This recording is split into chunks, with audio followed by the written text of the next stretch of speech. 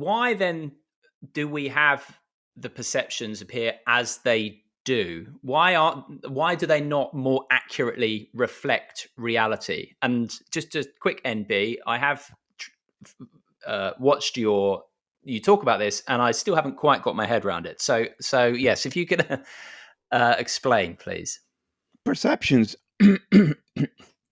may be fairly accurate in the same sense that a dial in the dashboard of instruments of an airplane provides accurate information about what's going on outside, information that you can react to and fly safely by instruments. But that, of course, doesn't mean that the world outside looks like a dashboard. And that's the key difference. The world outside may not be, and I'm highly convinced it's not, because there's plenty of evidence for it, the world outside may not be material in the way we think of it, discrete objects in a space-time scaffolding. That's the paradigm of the dashboard.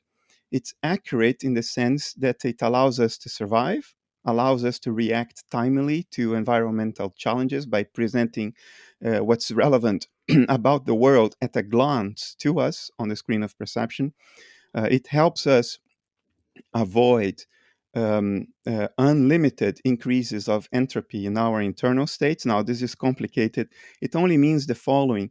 If we saw the world as it actually is, in other words, if our perception mirrored the world as it actually is, then our internal states would be as unbound as the states of the world, which we have no control of.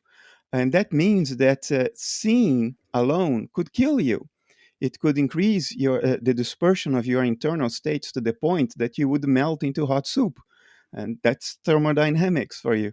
So it has been shown mathematically already by a person from the UK that perception cannot mirror the world. We would die very quickly if it did that. Perception is an encoded at a glance overview of what is salient and relevant about the world, but it may look like nothing. It may look nothing like the world actually is, although it conveys accurate information about the world. So that's the critical difference. The information is accurate, but it's presented in a way that is not the same as the world is in and of itself. It could not be the same. Can I add something to that, Simon? Yeah, sure.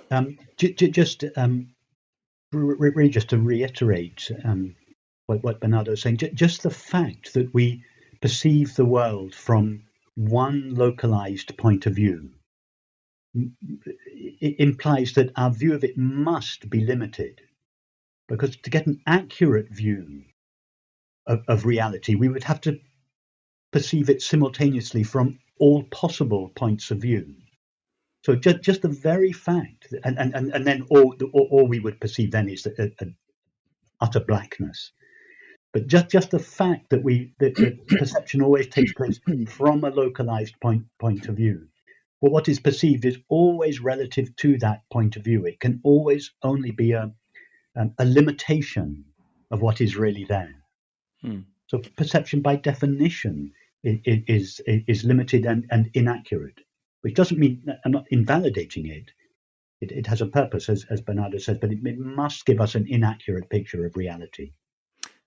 Something I've heard that you say, Bernardo, that made a bit of sense to me was the idea of, for example, a computer game. You're playing a computer game, and let's say you're moving your character around, and he can go through a world. But if you saw the actual world of the computer game, it would be all these, ones and zeros, and it would just be absolutely nonsensical. So there's an equivalence there. We have evolved in order to generate a representation of the world that is conducive to our survival, not necessarily one that reflects the truth of how the world is in and of itself. That's not amenable to survival. So yeah, there is a difference between accuracy and truthfulness. And we perceive largely accurately, but not in a truthful way, in the sense that the appearances are not the world. Why would they be? There is absolutely no reason for them to be. Yeah. So take reality seriously, but not literally.